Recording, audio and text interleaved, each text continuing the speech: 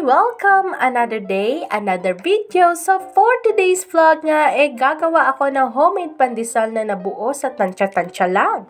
Una ko nga inilagay sa palanggana ang harina, nilamas-lamas ko nga para mawala ang buo-buo. Sinunod ko namang ilagay ang yeast, ang gatas, asukal, isang pirasong itlog, asin, mantika, at kaunting butter.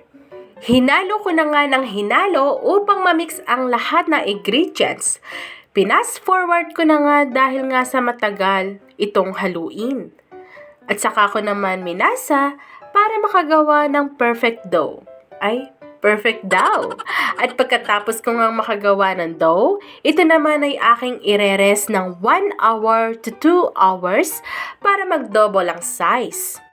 Kailangan talaga natin siyang paalsahin bago natin iluto para mas maganda ang kakalabasan niya pag naluto na siya. Sa pagmamasa nga medyo nakakangalay lang talaga siya pero sulit naman pag kinain mo. Tansya lang yan. Di mo nga iisipin na tansya lang pag natikman mo.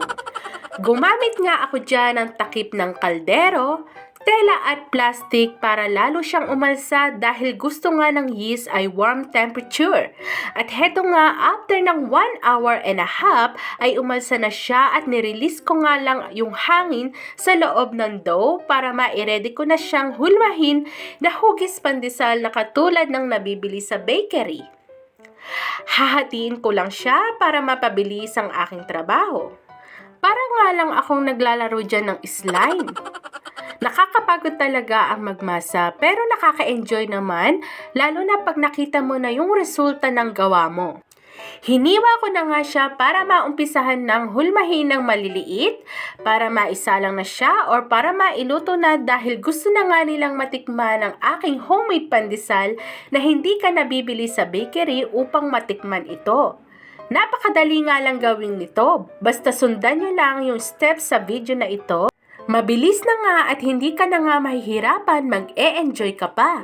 Naalala ko nga noong bata pa ako, gustong-gusto ko talaga ang pagbe-bake. Way back muna tayo, may time nga noon yung elementary student ako, gumawa ako ng cookies at binebenta ko siya sa mga classmate ko.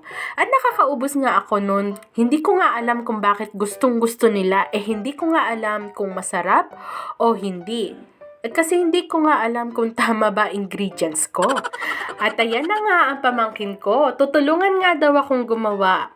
May potential ito paglaki. Bago ko nga siya isalang ay pinagulong-gulong ko muna ito sa breadcrumbs. Kung wala naman kayong oven, pwede naman sa air fryer or kawali o kasirola. After nga ng 15 minutes sa 180 degrees at ayan luto na ang aking homemade pandesal. Pandesal na may puso. Hala, ano daw? Itsura ng pagod pagkatapos magmasa at magluto ng pandesal. At syempre, titikman na nga natin at lalong masarap yan sa kape. Yun lamang po. See ya!